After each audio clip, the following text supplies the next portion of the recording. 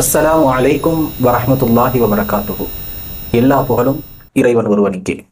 கடந்த சனிக்கிழமை குஜராத் யூனிவர்சிட்டியில் என்ன நடந்ததுன்னு நீங்கள் எல்லாருமே பார்த்துருப்பீங்க. ஆப்கானிஸ்தான், உஸ்பெகிஸ்தான், ஆப்பிரிக்கா போன்ற நாடுகளிலிருந்து இந்தியாவில் படிப்பதற்காக தங்கி படிக்கக்கூடிய இன்டர்நேஷ்னல் ஸ்டூடெண்ட்ஸ் எல்லாம் வரக்கூடிய இந்த குஜராத் யூனிவர்சிட்டியில் படிக்கக்கூடிய இஸ்லாமிய மாணவர்கள் ரமலான் மாசன்றதுனால இரவுல தொழுகை நடத்தியிருக்கிறாங்க. அந்த தொழுகை நடத்தக்கூடாதுன்னு ஜெய் ஸ்ரீராம் சொல்லு, இங்க இதெல்லாம் பண்ணக்கூடாது, அது நடத்துறதுக்கு உங்களுக்கு உரிமை இல்லைன்னு சொல்லிட்டு அந்த தொழுகை நடத்திய இஸ்லாமிய மாணவர்களை தாக்கியதோடு மட்டுமல்லாமல் அவர்கள் தங்கியிருந்த விடுதிகளின் மீது கற்கள் எறிந்து அவர்கள் பயன்படுத்தக்கூடிய இருசக்கர வாகனங்களை சேதமாக்கி கையில் கத்தியை ஏந்தி கொண்டு ஜெய் ஸ்ரீராம் சொல்லு அப்படின்னு வற்புறுத்தப்பட்டிருக்கிறார்கள். 2 பேர் படுகாயம் அடைந்திருக்கிறார்கள். இந்தியாவில் படிப்பது, குறிப்பாக இந்த குஜராத்தில் படிப்பது வெளிநாட்டு மாணவர்களுக்கு மிக சவாலாக இருந்து கொண்டிருக்கிறது. இனி நாங்கள் இங்க எப்படி படிக்கிறது அப்படின்னு அங்க இருக்கக்கூடிய வெளிநாட்டு மாணவர்கள் புலம்பக்கூடிய செய்திகள் இன்று பரவலாக நாம் பார்த்து கொண்டிருக்கிறோம். ஒரு 2-3 வாரங்களுக்கு முன்பதாக இந்தியாவின் தலைநகர் டெல்லியில எப்பவும் வளமையா பள்ளிவாசல் நிறைஞ்சிருச்சுன்னா வெளியில வந்து தொழுவாங்க. அந்த ஜும்மா நேரம் வெள்ளிக்கிழமைன்றதுனால மட்டும் அந்த அனுமதி தொழுது இருக்கிறாங்க. ஆனால் அந்த தொழுதவர்களை காலால எட்டி மிதிச்சு அல்லாஹ் அக்பர் என்ற தக்பீர் கட்டிய ஒருவருடைய தக்பீரை கலட்டி விட்டு காலால எட்டி உதைக்கக்கூடிய ஒரு போலீசார். ரமலானுடைய முதல் நாள் CAA இந்தியா முழுவதும் அமல்படுத்தப்பட்டு விட்டது என்கிற ஒரு செய்தி. வேறு நாடுகள்ல சிரமப்பட்டு இருக்கக்கூடிய இந்தியர்களை பாதுகாப்பதற்காக CAA போன்ற சட்டங்களை இந்தியா கொண்டு வருது. ஆனால் இந்தியாவில் இருக்கக்கூடிய சிறுபான்மையினர்களுக்கு இங்கு பாதுகாப்பு இல்லை. சரி, இந்தியாவில் இருக்கக்கூடிய சிறுபான்மையினர்களுக்கு தான் பாதுகாப்பு இல்லை, வெளிநாட்டிலிருந்து இந்தியாவிற்கு படிக்க வந்திருக்கக்கூடிய மாணவர்களுக்கு கூட இன்று பாதுகாப்பு தருவதற்கு இந்த இந்திய பாசிச அரசு தவறு செய்திருக்கிறது. இது உலக அரங்கிலே இந்தியாவிற்கு ஒரு மிகப்பெரிய அவமானத்தை ஏற்படுத்தி இருக்கிறது. படிக்க வந்த மாணவர்களை மதத்தை சுட்டிக்காட்டி அவர்கள் செய்யக்கூடிய வணக்க வழிபாடுகளில் தலையிட்டு நாங்கள் எந்த மதத்தை விரும்பி வணங்குகிறோமோ அந்த மதத்தில் சொல்லப்பட்ட விஷயங்களைத்தான் நீ சொல்ல வேண்டும், செய்ய வேண்டும் என்று பிற மதத்தை சார்ந்தவர்களை, இஸ்லாமியர்களை குறிப்பாக அவர்களை கட்டாயப்படுத்தி ஜெய் ஸ்ரீராம் என்று சொல்ல வைப்பதில் என்ன அலாதியான சந்தோஷம் இவர்களுக்கு கிடைத்து விட்டது என்று எனக்கு தெரியவில்லை.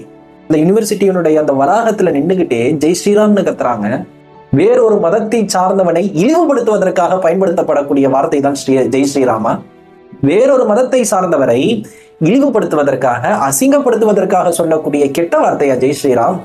இந்து மதத்தை சார்ந்தவர்களுக்கு அது ஒரு அலாதியான இன்பத்தை தரக்கூடிய வார்த்தை என்று சொல்கிறீர்கள். ஆனால் குறிப்பாக ஒரு முஸ்லிமை அசிங்கப்படுத்துகிற பொழுது ஜெய் ஸ்ரீராம், ஒரு முஸ்லிமை அடிக்கிற பொழுது ஜெய் ஸ்ரீராம், ஒரு முஸ்லிம் தொழுது கொண்டிருக்கிற பொழுது அவனை தடுத்து நிறுத்தி சொல்லக்கூடிய வார்த்தை ஜெய் ஸ்ரீராம்.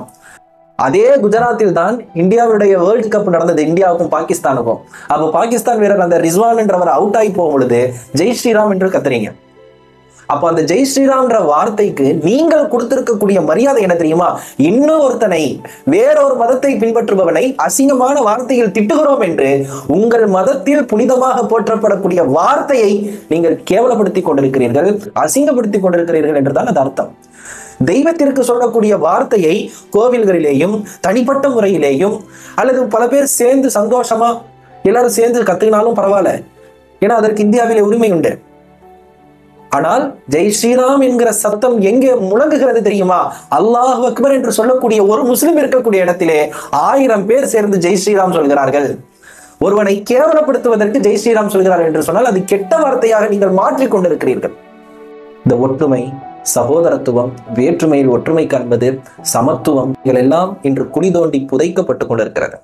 மதங்களை கடந்து நேசிக்க வேண்டிய கட்டாயத்தில் என்று நாம் இருந்து கொண்டிருக்கிறோம். இன்று இஸ்லாமிய வெறுப்பு பிரச்சாரம் சினிமாக்களின் வாயிலாக வடநாட்டுகளில் எல்லாம் மிக தீவிரமாக இன்று பரப்பப்பட்டு கொண்டிருக்கிறது.